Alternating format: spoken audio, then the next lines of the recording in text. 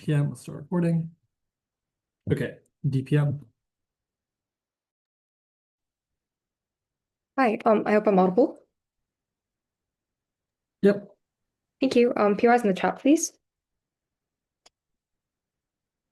First thing I'll start with is talking about living by your moral principles. The problem with opposition is that they assume that you can live by your principles just because you choose to do this type of lawyering activities. The problem is that in the vast majority of cases, your cases will fail. You will lose to the powerful actors, and this not only fails to fulfill that moral principle, but feels worse because you feel as if you're failing the specific people that you wanted to protect. Why is it likely that you are going to fail in the vast majority of cases? The first reason is what opening opposition tells you. You are fighting against a system that's deeply biased against you, deeply biased against POCs, deeply biased against specific institutions that are on the weaker side of these things. This means that you do not have court past cases that are going to be supporting in your favor. Legislation is against you, and etc. Overall, right? But secondly, you're specifically fighting with less money and less capacity. If you are fighting the big corporations, even if you are an NGO, you are fighting you're fighting Shell Oil. They're going to have 10 times, 50 times more lawyers, 50 times more money than you do. And therefore, in all of these cases, it's always going to be extremely, extremely difficult for you to fight in these specific things. I think opening opposition tries to characterize, in the vast majority of cases, these moral types of activists have a lot of money. I think their only example is that sometimes NGOs that support the environment have money. I think this is just one example out of the vast majority of things that they do not. It is individual people on the ground, like POC individuals that you want to support. They obviously do not have money. If it's class action lawsuits, these people obviously still also would not have money. And even if you are trying to work against these with these people, in the vast majority of cases, it's impossible for them to give you that much money because they have a lot of other things that they need to invest in as well. They do not have a massive legal team that they're able to support, as in the corporations that you're fighting against would do. And in the vast majority of cases, your cases would lose. You would not be able to get enough money or compensation for the people on the ground. Why is this bad? The first reason this is bad is because you are not able to fulfill the moral principles that opposition wants you to fulfill. They say that you feel good for doing good things, but if you aren't able to feel good for doing good things, then you would never achieve that impact to begin with. But secondly, it's actively worse because you interact with these individuals on a daily level. You specifically feel attachment to these people because you know about their lives and you know about their suffering, and therefore you feel worse that you failed them. You feel as if you were the person that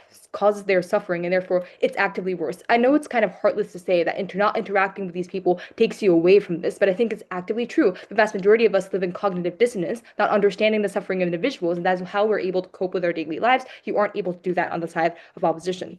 The third problem here is that when you fail, you do not make money. A lot of the money that you gain is based on the contingency of you winning, and this winning court case or maybe settlement that you get is the way in which you're able to get money. If you do not have that win, you are not able to get that money, and that is bad. This is not only bad because you don't get money, because then you are forced to take money out of the people that you're trying to support. Maybe it's these small NGOs or the small people or the class action lawsuits and the old lady that you want to support. Now you have to take money from them because it's the only way you're able to sustain yourself. This feels horrible to you because you feel as if you're betraying them actively on that level. All of this means that the best, very best case on opposition is that maybe you get a few wins where you get some level of moral principles. In the vast majority of cases, you feel like you failed and you feel worse as a person. Let's talk about the comparative. I'm not saying the comparative makes you feel good morally always, but what we have proven comprehensively is that not only for the average person, like on a daily level, you aren't going to feel that bad about what you're doing in the first place, right? Notice the intuition here. So many debaters, after they've debated so much about morality, go into doing like things like consulting or banking or going to into like a law firm that supports lots of bad corporations. That's like the average intuition here. The average person does not care about these principles to the enough extent that opposition wants you to believe. That is an absolute lie. There's a few reasons here that we already explained to you. A, the day-to-day work that you do is not that bad. It's not like you're doing actively bad things or harming people on the ground on a day-to-day basis. Secondly, you have self-preservation instincts, which makes you believe that being more successful, being better for yourself is something that is going to be is meaning for you to you on an everyday basis. That is the way in which you live on a day-to-day level, and you're able to justify all the things that you do in the first place, right? But thirdly, having more money or being able to have that prestige feels like you're filling the obligations to those closest to you. The fact that your parents would be proud that you're making lots of money or Why? you work in that prestigious firm, these types of things bring you glory and make you feel as if you're feeling the obligations to those that are closest to you, like your family, which tend to be more important for many of these individuals at the end. But four, as we told you before, over time you get detached from this. The fact that the people around you are not individuals that are going through this, the fact that you interact with individuals within the companies that you're going to support their successes, then your perspective and view changes over time, and therefore this becomes something that is fulfilling to you. But lastly, again, there are small ways for you to make changes on our side. If you have lots of money, maybe even if it's like 10 times more money, and even if you're not living paycheck to paycheck, this extra money is something you can donate. This is something you can use to support your communities and give money to your sister that wants to go to college, for example. This additional amount of money matters because this is the capacity that enables you to do good on our side of the house, right? But also you can take things like pro bono cases that are vastly more equipped to do good on our side because you work in the system, and that is a far more successful way for you to do good as opposed to opposition that never prove that you can do good on their side of the house. Secondly, let's talk about the success in your career. Opposition's argument here is that if you are a lawyer, you would make money anyway, just not really proving why the vast majority of cases you take up will be something that makes you money. Again, as we told you, you're working with people that have less money. You're working against a system that is not going to be successful to you in the first place. But overall, why is it, even if it's like not paycheck to paycheck and more money, why is that likely to be important to you in the first place, right? The first thing is that you put yourself in a situation like this world is one in which there's a strong narrative of earning more and being Why? successful, being something directly tied to your identity. We live in a capitalist system that glorifies having lots of money, and when you as a person within this system probably have the incentive to like earn as much as you can as well. But I think earning like even more is very good. Before I move on, I'll take opposition. After 5 years in this job, are you the same person when you started? Oh, maybe not, but that's what the average person generally goes through. I don't think that that's a bad thing. That's what everyone goes through, right? So having more money is always going to be good. People say that it's a marginal, like, diminishing returns, but I don't think that's true. If you go to a trip to Europe and then you go to a trip in like India, for example, well, both of them are very, very enjoyable for me. I think it was great that I was able to do both. And that only happens when you have money. Having money allows you to the capacitates you to do all the things that you want to do in life, allows you to do lots of different things, that allows you to explore like different parts of the world. I think that's really good and allows you to do this far more on our side house, right? But secondly, the fact that you have or work in a firm that has a lot of prestige makes you sure that you have a second career that is more employable. Opposition tries to say that like, the fact that judges like you and stuff makes sure your brand is good. But I think if you're working within the corporate world, you can also get things like partners that support you, things like your CV looking great because you worked at NOT in Japan, for example. This all means that you have that type of credibility to be able to go into a second career and be even more successful, uniquely guaranteed on our said house. It is not guaranteed on opposition because it is very dependent on specific stringent factors like maybe this judge likes you, maybe this judge doesn't like you. All of that is very speculative considering especially you are a minority. On our side of the house, we ensure that you have a far more stable, far more happier life, probably most important for the average individual. Proud to propose. I thank the DPO and I invite the DLO.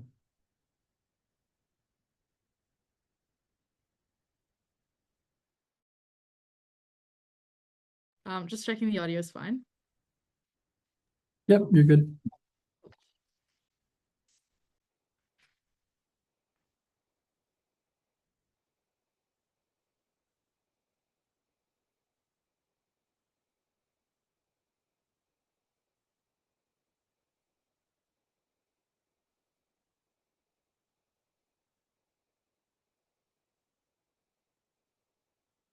I want to be clear here. The vast majority of cases and the most well-funded sides in the US are overwhelmingly the feel-good progressive sides. And the reason for this is simple. The courts have been the primary battlefield for the progressive movement in the US ever since about the 70s when I think it was Ralph Nader implemented the NEPA Act. And basically what people discovered and the progressive movement discovered very quickly is that the courts, which are staffed by highly educated, well-off elites, tend to be far more left-leaning than the American public, who are overwhelmingly culturally right-wing and opposed to things like rights for minorities, opposed to things like affirmative action, even though those things are often much more common in highly educated circles.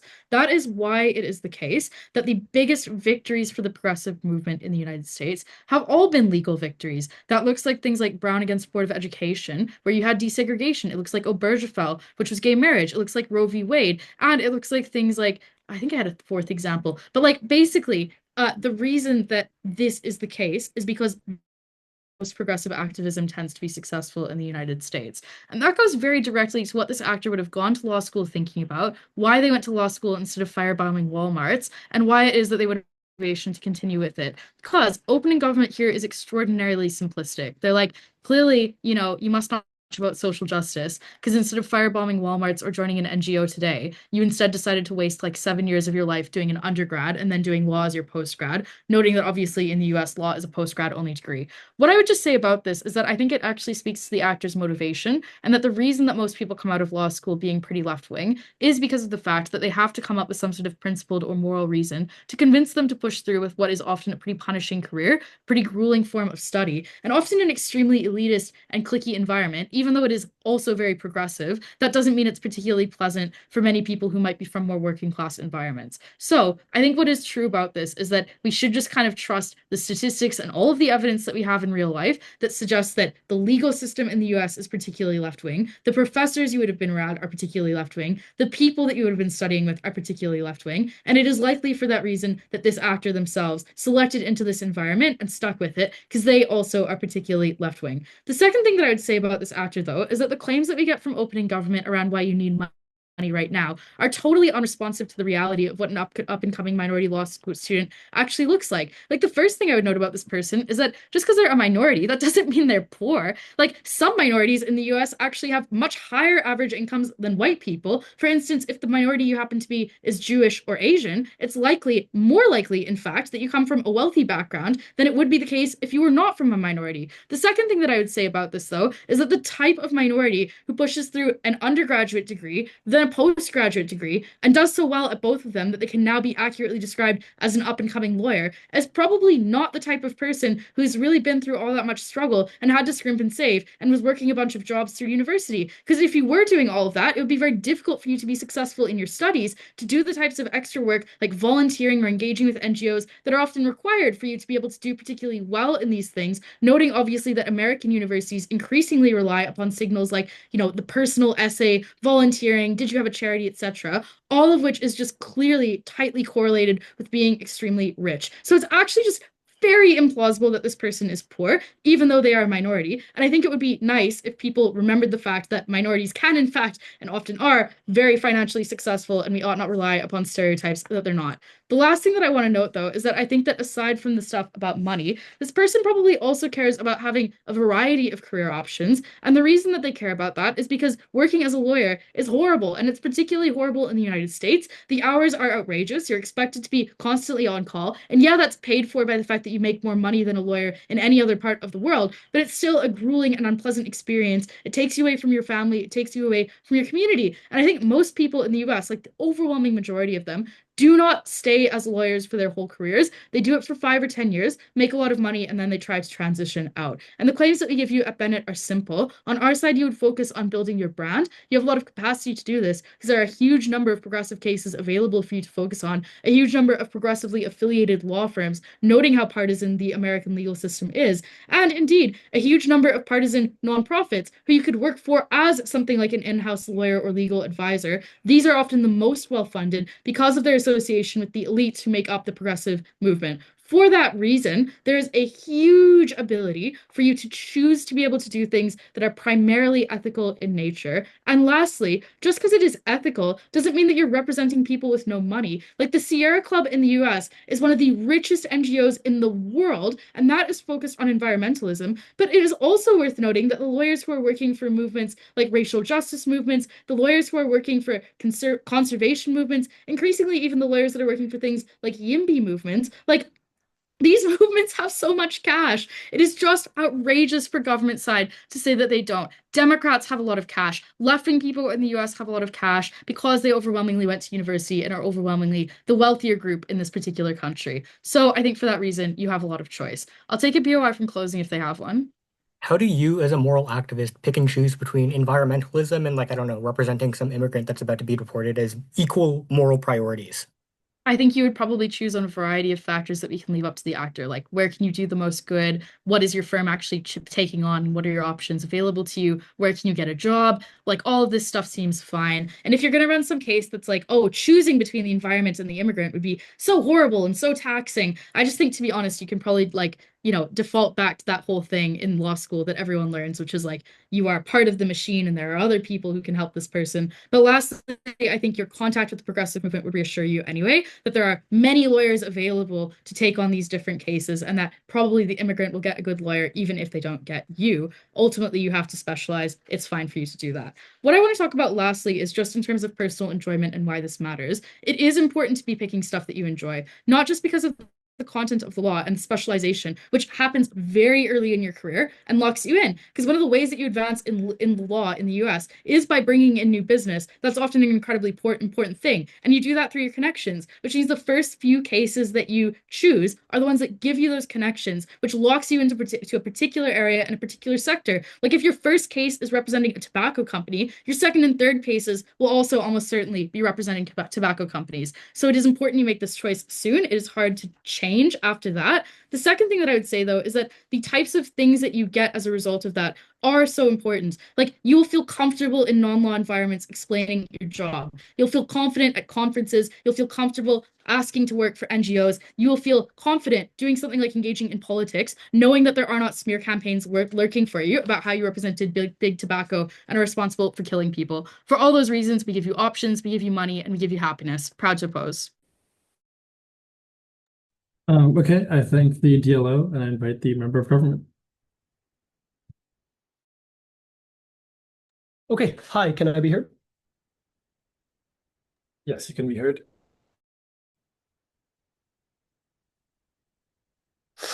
Okay, cool.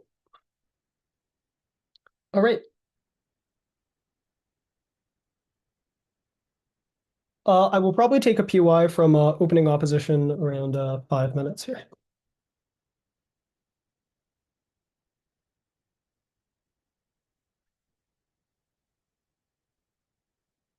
Okay, just pulling up a stopwatch here, sorry.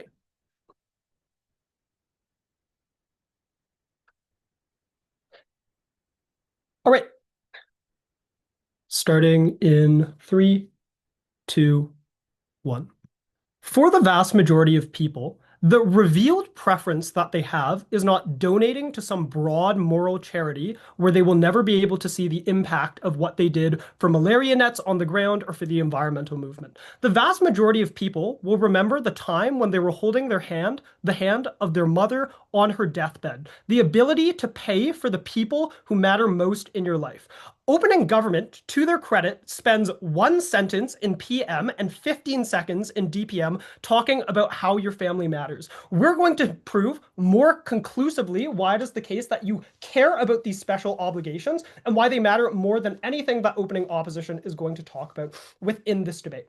The first question that I want to answer is why you definitively make more money. I want to highlight a few things within this debate. The first thing is that given you are a public interest lawyer, you are probably going to choose the types of firms who are the least represented. So for example, DLO spends a lot of time talking about how a lot of, for example, really morally good firms are really, really rich. Great, you're a public interest lawyer. You're not going to choose the ones that are already relatively well represented. You're probably going to choose the ones that, as leader of opposition, already identifies are sticking up for the little guy. Second of all, just the fact that they are representing vulnerable actors means that they are probably economically disenfranchised, means that to some extent, like they will be making less money and have less money in order to pay their clients.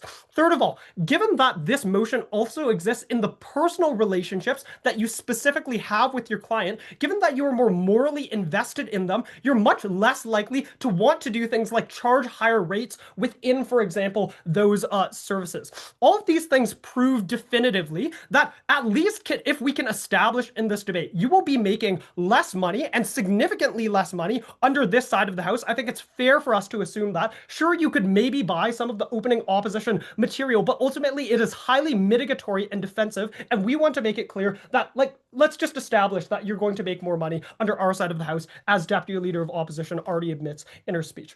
Second of all, why are family and friends unable to help themselves structurally in the status quo going beyond opening government? The first thing I want to do is really quickly weigh up against opening government. They say that success matters, but as correctly pointed out from opening opposition, you are someone who graduated law school, you are talented, and to some extent probably privileged. And this probably indicates to us that you do not care deeply about about yourself. Why is this not similarly true of your family members? And I know what the opening opposition response is going to be here. Like, if you came from a privileged background, maybe your family is relatively privileged, all of our mechanisms here are going to be exclusive of that and reasons why your family cannot help yourself, even if they are from a relatively economically privileged background. First of all, the rise of right-wing populism not only means direct violence against people in minority backgrounds, so for example, ICE agents taking people out of their homes, but also the advent of big businesses working to take down protections for minority groups and for senior officials. So for example, like less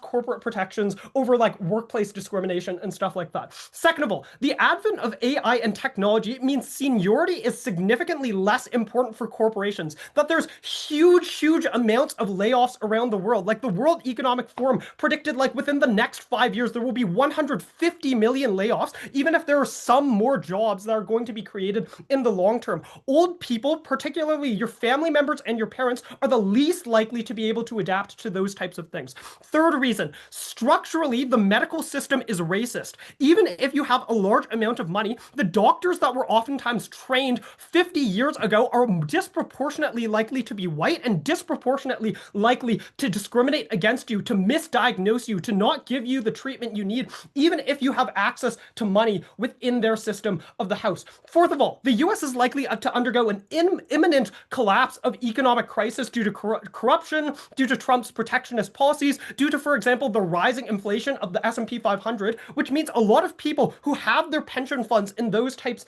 of indexes are likely to lose their money. Fifth of all, the rising amount of mergers and acquisitions in the US also correlates with increasing monopolization, which is increasing prices, inflating prices at a huge rate, which means that younger people as well as older people are going to be priced out of their lives very quickly. These are all reasons why the people who you care about most are in active, imminent danger, and you should care about them the most. Let's weigh this up against the general obligations that are talked about by opening opposition. First of all, principally, I want to note attention in the opening opposition case. The more that they try and play up the fact that many people, there's rich amounts of money, large amounts of demands, a lot of talented people within the left or like social justice-y types of law firms. This means that other people can importantly replace you in doing that type of work. That if, for example, you do not go into these firms, someone else will help you. But principally, there is no one else with the special, specific obligation that you have to your families, that you have to your friends. No one else is going to be able to replace that.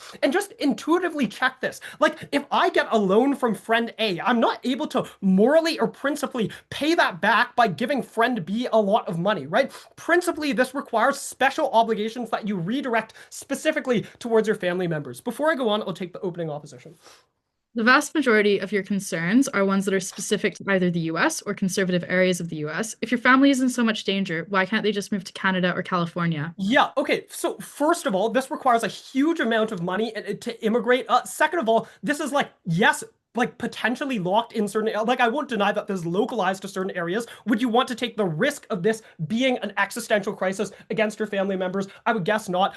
Like, yeah, and third of all, lots of my mechanisms are not specifically locked into conservative areas.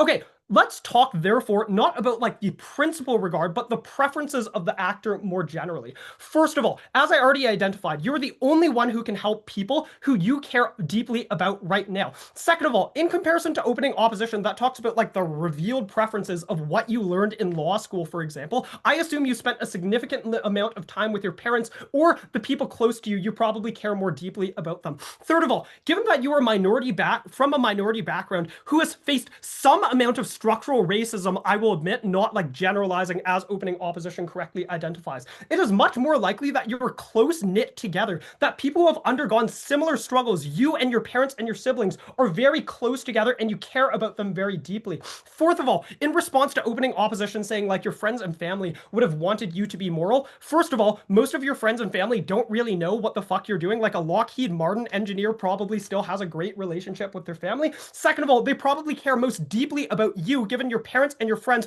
were willing to commit significant resources towards your well-being. For all of those reasons, we're very proud to propose.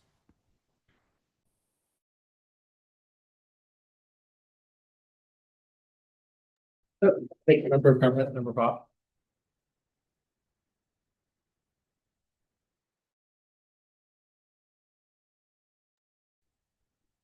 Hello, am I audible and visible? Yes, both. All right. Couple things. First, my POI preference is audible, because I will not be checking the chat. So just please, shout it out.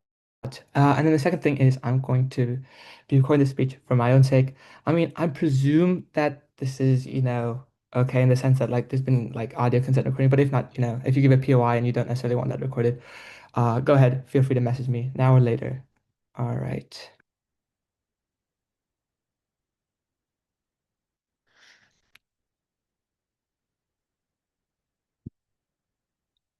In Suits, at the end of season 7, Mike Ross, disillusioned with his life at his adversarial law firm, leaves to go to a legal clinic and to become one of these moral interest lawyers. Ultimately, being a TV show where, the fact that he was a legal fraud never really caught up to him, he got off fairly light. The case our actor is in and will face, by contrast, is significantly harsher. What opening half fails to understand is whether or not you know what the truth is, enduring perceptions that you make more money in sort of big law and that big laws are immoral, even if not necessarily true, create a perception, and this perception has its own harms. So two pieces of framing then. First, why does this adversarial perception exist? Well, one, it's a better media narrative, right? In the sense where like it's better when your main character has a moral question because they're making the money that they make in law, but at the same time they've got a moral question because they're not always getting to represent the people who they want to represent. Second thing is that when to climb to the top, uh, when you climb to the top of adversarial law firms and you sort of get the partnership, there are extreme salaries in law because of the percentage of firm profits that you do get.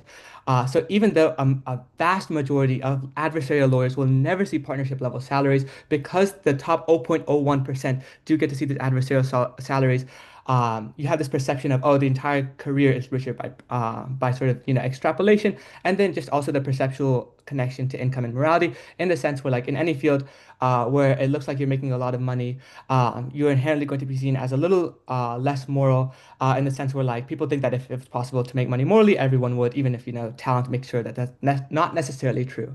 And this is important because it shows why people apply in droves to adversarial law firms, why these law firms are competitive, and why there's this general societal perception of adversarial law as a little bit more immoral. And then the second piece of framing is how public interest law is perceived, right? Well, there's a couple reasons why public interest law is actually perceived as significantly better, even by people who might be on the political end of, facing a detriment from it. There's a few reasons for this. First is a media narrative, right? In the sense that like when Mike Ross goes onto the clinic, it's not for any, partisan issue, but it's to, help those worse off in society. And in fact, pro bono clinics for people who are, less well off in society are also very visible in reality as well. So it sort of reinforces that media narrative. It's seen as a good cause for the people, even by, some of these more right-wing people, because the right wing is susceptible to populist narratives on this, yes, but that's largely due to the low income that many of these people face. That's how populists are able to sort of prey on these people. And when they face these low incomes, it means that they benefit from the same public interest law that the clinic or organization you're in is a part of. Thus, despite the potential partisan lean of your law clinic, of your, sort of law firm, against, these people's partisan views, it's seen as good because it's something that they themselves benefited for. And this is important because it shows why, no matter the necessary impact that you have, there's a fulfillment of respect that follows, even from those who might otherwise be, adversaries who otherwise dislike you. Two substantive arguments then. First, on why adversarial money makes you miserable, and sort of taking gov at their best to fill in this burden from op. And then the second on sour dreams. Three substantive lines of analysis on why adversarial money makes you miserable. First, the perception of you being able to have a lot of money if you were to go into the sort of adversarial system means that friends begun to treat you differently. There's sort of a tension in friends, right? In the sense that like your friends don't necessarily see you as just someone who's fun to hang out with, someone that they care about for their personality. You're often seen as a last resort for income, and so more and more you have friends who are like, hey, can I spot you like $1,000? Which is fairly unreasonable and which breaks off this friendship, which would otherwise be sustainable. And so at the cost of like getting a lot of this money, perceptually, it comes at the cost of genuine companionship, in the sense where like now a lot of your relationships are going to be more colored by people borrowing money from you. And the moment that people start to, borrow substantive amounts of money from you, it's not really even a friendship anymore. Now it's sort of like, a debtor-creditor relationship. And so you ruin these friendships. Second thing is that on big law expectations, because, that this entire field of adversarial big law is so competitive, it means that there's significant overtime in sort of these competitive fields if you manage to get into it. And that's sort of reinforced if you want to actually climb and, as an up-and-coming lawyer, you too.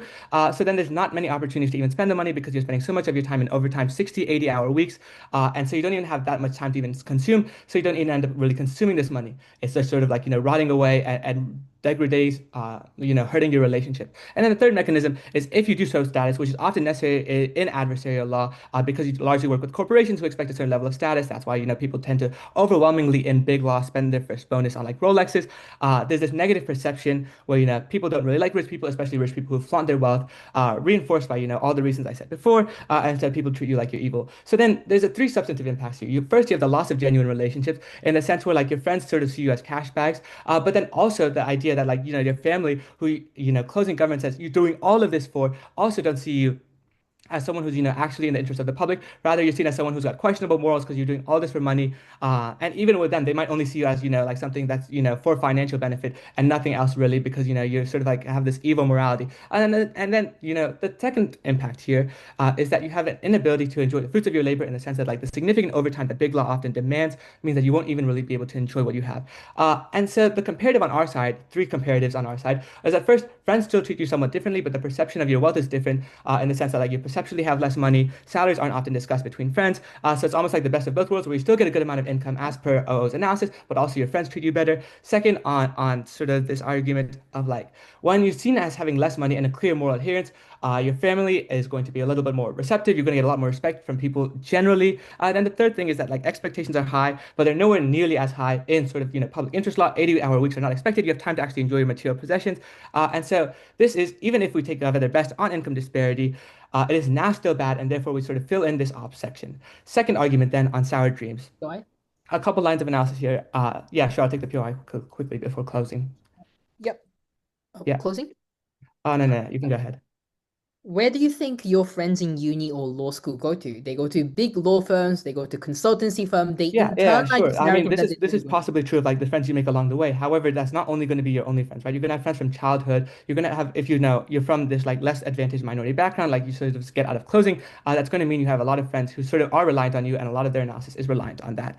And then the second argument on sour dreams, right? You have this expectation of a high salary if you go into adversarial law, and but the significant competition that comes with this, and the difficulties of minority perception in general, it's going to mean you're expected to work these really long hours. The second line of analysis is that the high workload and the inability to focus on much else, then the far cry from the expectations, right? Because you weren't expected to do just rote work, where you're not even actually going to litigation that often, increasing disillusionment. And then the fact of the matter is that self-selecting group of people who go into this adversarial firms are going to be people who care about money more and who really want to climb to partnership and who are willing to push you down. So the impact here is that you watch your dreams collapse on you. It's a severe potential harm because you're forced to compete nonstop. You're forced to burn out after you work 60, 80-hour weeks, and all the people around you are ugly and constantly trying to push you down. The comparative on our side is significantly better. Because people actually somewhat care about you because of the self-selection of having better coworkers. There's a lower sustainable workload, and this fills in the big law, the sort of burden of why big law is not just against principles but misery-inducing. And because it's misery-inducing, I urge you to oppose. Thank you. I think member Pop, go for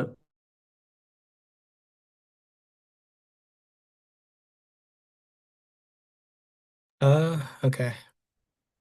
Hoping I'm visible and audible. Offer POIs verbally because I do not look at chat.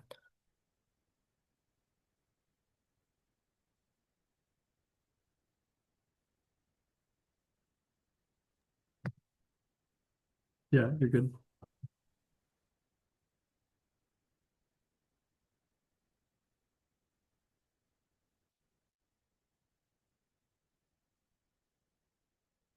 Okay.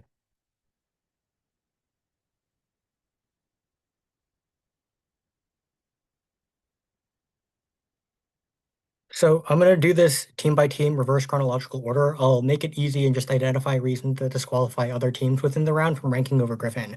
Starting off with closing opposition. I know I should probably focus a lot more time responding to this because like strategically that's what I ought to do on CG Whip. But just like I'm totally fine with accepting their terminal impact, which is that your friends hit you up for cash. Like, sure, this really does not seem like that big of an issue to me. But I think that it is unlikely that this even happens to begin with for a number of reasons. The first, just discussing salaries is, I think, somewhat stigmatized in as far as it is that is like a tangible number that it is that you can use to represent your success. And like some people are uncomfortable sharing it. You probably are uncomfortable sharing it, not only because it means that it is, I don't know, potentially it is that becomes a financial liability for you, but because it is that you don't want to just like slam your dick on the table and like say like, oh, I'm making so much fucking money and it is that I'm obviously superior to all of you people, which that might be how it is that act is perceived.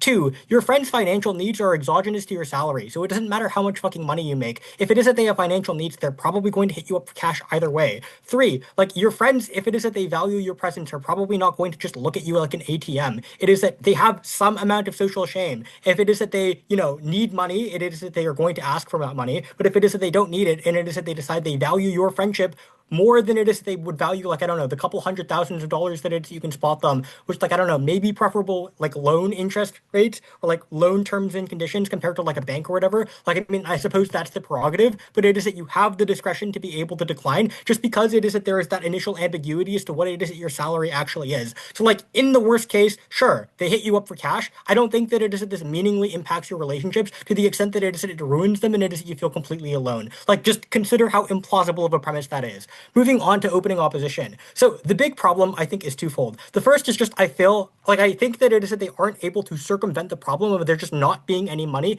in moral activist work. None of this analysis about how lucrative the lawyer profession is able to do that when it is that structurally you are representing the vulnerable and downtrodden that do not have the resources to fight back on their own. And they had two opportunities to respond to this. First, in the LO, when I POI them, they say, oh, well, there's an abundance of work opportunity because of Trump and emboldened corporations that are now like fucking over the average guy.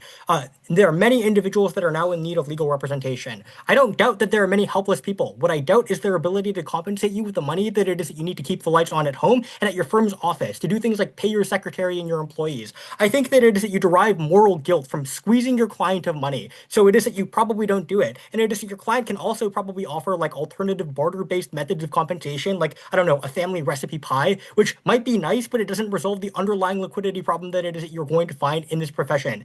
NGOs can mitigate the issue, but they are not infallible, especially if their fundraising capability just doesn't match the frequency of need that OO themselves analyze as being really, really frequent. So it just seems statistically likely that it is that you're going to run into more frequent and more debilitating liquidity issues on their side of the house because the profession is just not as well paid.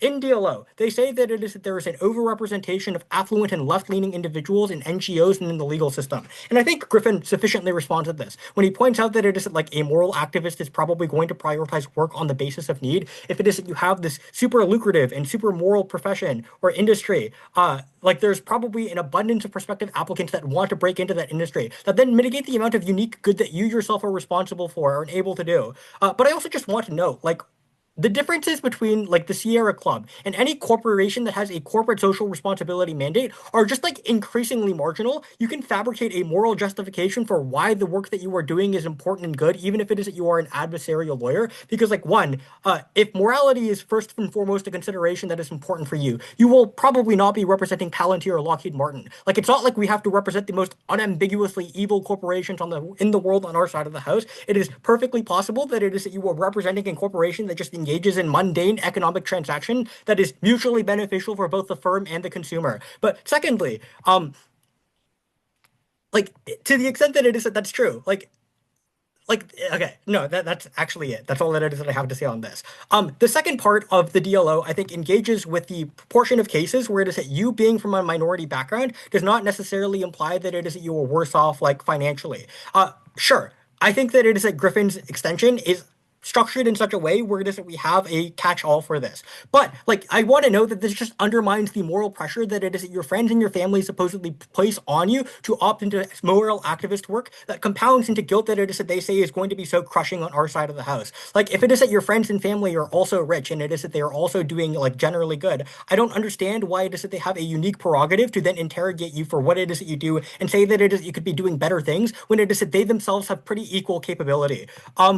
On why it is that I think, and this is, I suppose, where it is that we move on and differentiate from opening government, like we are able to engage with the instances where it is that, like, you being from a minority background doesn't imply something. Like, your minority background does, I think, significantly characterize your family's choices and their sacrifice. And even without specifying your analysis to center around a particular ethnicity, which is admittedly relevant when we're talking about like Black communities that face systemic racial issues of explicit discrimination and police brutality. Like, I think that it is that your parents are going to struggle to break into career employment when it is that they face higher linguistic and cultural barriers, and when it is that they don't face conscious, like even when they don't face conscious social ostracization.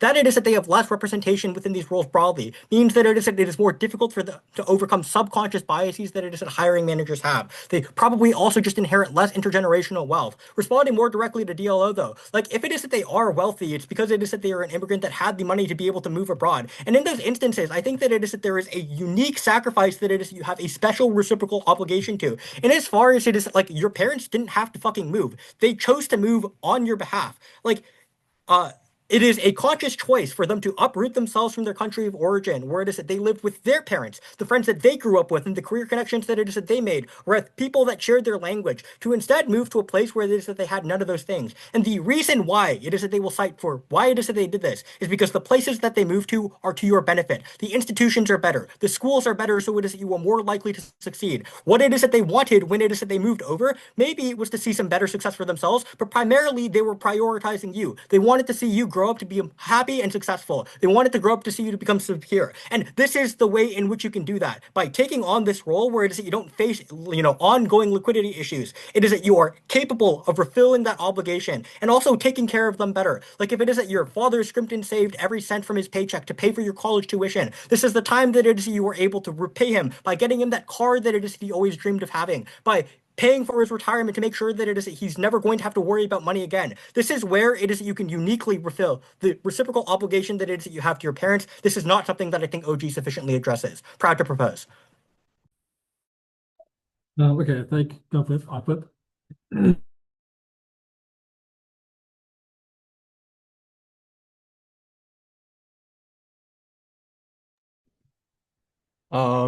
PYs in chat would be great. Also, I, like Imran, will be recording this speech. So if you would rather I didn't do so, please either say no or at the end. But I think this is being recorded anyway, so I assume it's fine.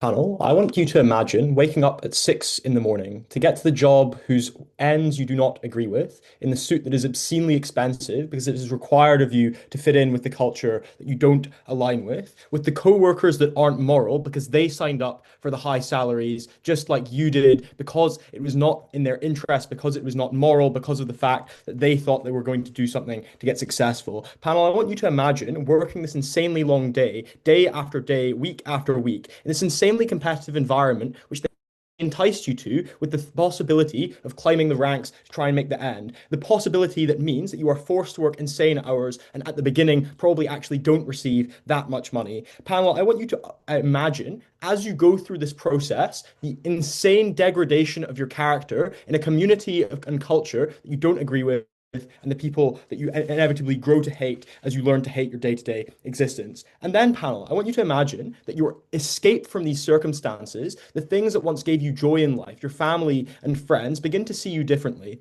And panel, I want you to treat this argument charitably, because closing governments say, this is you becoming an ATM, and they treat it quite trivially and they don't really understand the impact. But what I think this means is that your family and friends, firstly, cannot see you as much because of the fact that this work is so demanding, as Imran sets out. But also, there probably becomes an emotional distance at the point at which they see you differently, at the point at which they see you as successful, like Mr. Corporate or whatever, Mrs. Corporate, going through these higher ranks, and all of a sudden they become less close to you. Note that if we believe closing government's analysis on why they perceive that there is this obligation, and they perceive that you're more successful than you actually are, then they begin to demand things of you. They begin to tell you, as closing government do, I need a new car, I need this, I need that, and it becomes an obligation on you that you would have otherwise had no reason to fulfill. Panel, I don't think your family and friends are as bad off, as negatively off as CG say, insofar as their extension is just why the US sucks for whatever reason. But I think most people intuitively understand that it doesn't. But I think, panel, that the CG obligations that they try and put forward to you are likely to be believed by your family and friends and degrade these relationships.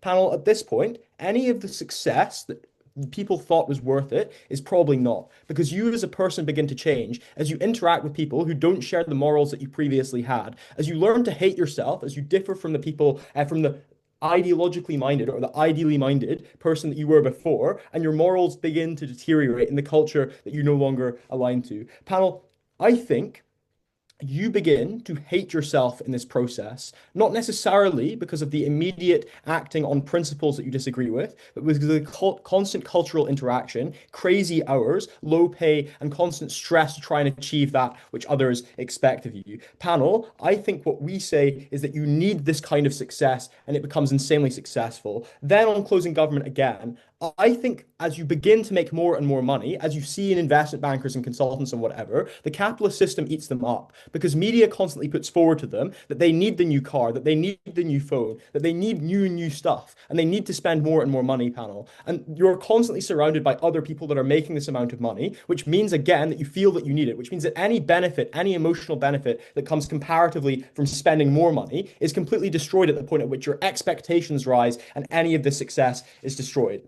Panel, the question in this debate is, how do you want to live your life? Opening opposition speaks about nebulous principles. Opening government speaks about nebulous success and about money. Closing opposition is the only team that acknowledges what probably matters to you is your day-to-day existence, the people that you interact with, the way that you relate to your family and your friends, and the way that you see yourself in these cultures. That is why closing opposition is going to win this debate. Let's talk about CG, on why your family probably become more disappointed in you than they would otherwise do so. I think, panel, that we have illustrated to you why people expect that you're going to be more successful than you are because of the perception and the media. This means that there is more likely to be a disappointment in you when you inevitably fail to achieve the expectations that people set on you, which is to say, people often don't really understand how difficult it is to get to very, very small percentages of people, which is to say they thought you got into law school, which means from their perception, they think that you're the best around, not understanding that there are 1,000 other people that went to like the top law school, therefore meaning they become more and more disappointed as you fail. They often as well,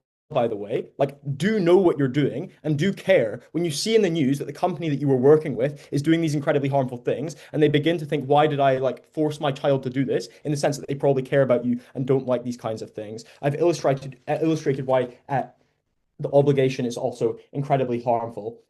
Next, why, and this is very important to opening government, why do you work for the worst actors? I think the first reason here is who is getting into legal disputes. I think very often the most egregious legal disputes, to which the most money is on the line, are the actors that really need to win these legal disputes. Otherwise, there would be massive payouts. This means it is structurally likely, when you are an adversarial lawyer, that you work for the companies that have the most on the line and therefore work for the companies that are the worst off. I think, panel, that even if you yourself are not doing this, your company presumably are. And if we take the mechanism of opening government and use it against them, you begin to align yourself with the machine. They say that this negates your guilt or mitigates it at least because you're part of this machine, but it means that you align more closely with what that machine is doing if we believe their analysis. This means every time your company does something bad, you align yourself with it. They then say you aren't going to be successful. They then say success matters before explaining why success doesn't. PY from opening government, please. Overwork is symmetric or even worse within the social justice because they have far less money, far less people to be able to work in. You're far more likely to be a stronger system that supports you far more. I think this is probably already taken out of the debate, but note that even if you are representing individuals, in the US, the government often puts up money to represent these individuals. Secondly, I think opening opposition have already acknowledged to you that there are non-individual actors, i.e. non-profits that often do get mass amounts of donations in the US, especially with tax deductions, that mean that there are massive sums of money available for these people. Note that if we also explain that the perception is that you get higher pay elsewhere, I think this means that a lot of people probably don't go to this kind of for good at lawyership, which means that you probably do get reasonable salaries. Sure, you don't get the same kind of progression. We're happy to concede that, but you still are probably a middle-class American that is doing probably like top 1% of people well off in the world. Panel, closing opposition proves to you that your daily life is probably miserable, but you can be successful as a lawyer that does stuff for good, that you're surrounded by people that at least embody some version of who you'd rather be, and you can at least be happy in your existence and the cultures of people that you're working around. Panel, closing opposition is the team that proves to you that your relationships with your family and your friends are not soured. They're not distant. You feel like you're at least close to them. You can feel happy with what you're doing and the cultures and people that you're aligning yourself with. Panel, this debate is about perceptions. It's about the people that you work with, the job that you do day on day, the hours that you work, and closing opposition makes you the happiest. Money doesn't matter unless it can buy you happiness. Closing opposition clearly wins.